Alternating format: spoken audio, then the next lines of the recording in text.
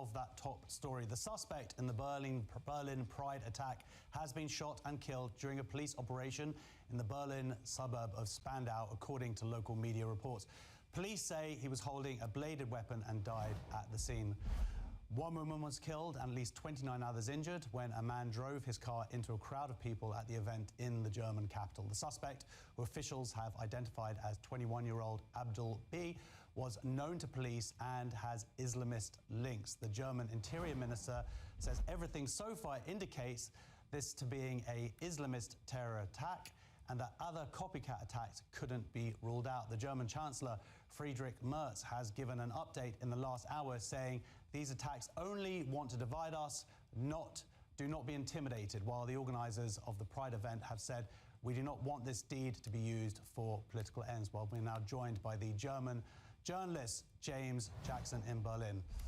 James, hello. So this man is now dead. Do you think that Berliners can feel some safety, some release at that news?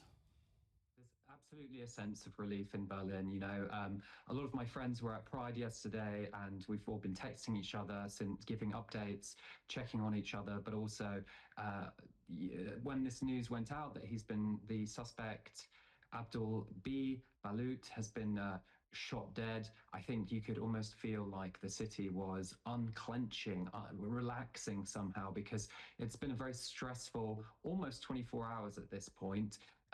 What was a day of celebration, of joy, of exuberance, hedonism turning into a tragedy, and then fear and anger today.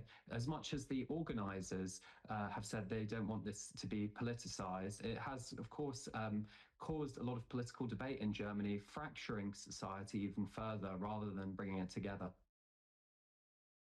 The German Chancellor there putting out a statement saying don't divide us, but of course murder is about the most divisive thing that can happen, right?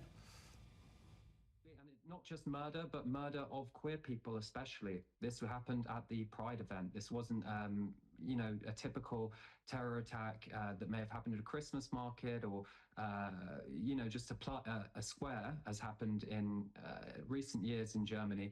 This looks like he was specifically targeting queer, gay, trans people. So, of course, the actions themselves were extremely divisive and probably aimed to put a dagger through the heart of Germany's liberal and open society. So, really, I think we're going to be having a lot of political debates. I think one thing that has been ignored so far is the kind of justice failings, the failings of the justice system that allowed this to happen. Of course, we will have discussions about the role of political Islam and Islamic extremism in this. The right has already criticized the left for being soft on Islam and Islamic extremism as they see it. The left has also blamed the far right for contributing to a culture of homophobia, they say. But ultimately, I think one of the things that really matters here is that this is someone who was imprisoned in Lebanon recently, about a year ago. He tried to join Islamic State, the terror organization. He came back to Germany, was rearrested, held under observation, and then found guilty of basically preparing a terrorist attack, something that could damage the state. And then after he was found guilty, because it was such a short sentence, he was counted under youth sentencing laws, despite now being 21. I believe he was 20 or 19 at the time of committing the crimes.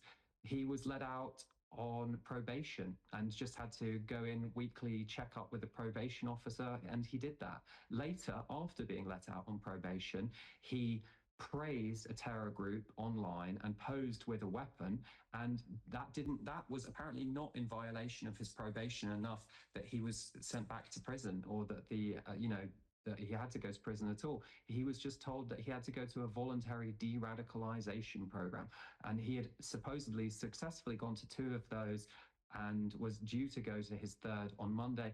As you can see there, he will not be attending because he's been shot dead by police.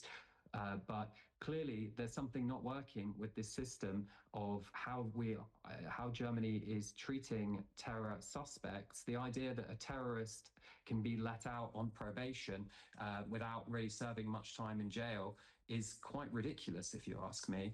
And the fact that a 21-year-old who is clearly very much capable of violence and had a long criminal history was still treated as a youth is also, I think, quite questionable. This is, as is often the case with extremists of all creeds and colors. He had a violent criminal history, petty crime. I just read a document from Berlin prosecutors saying that he had been previously involved in fighting. He had basically mugged someone for their headphones in central Berlin. So really unsavory character, of course, as is usually the case in these instances, not always. And I think as much as people are grateful for the police to have, who seem to be laughing there, they have, shot the suspect. I think some people would rather he had been apprehended so that he could be questioned about if he had any assistance in this, because this is one of the big open questions. Was he alone? And initially there was another arrest. There was also reports of a second suspect, but it looks like that could have just been confusion within the chaos of Abdul Balut's crimes. For that insight, journalist James Jackson.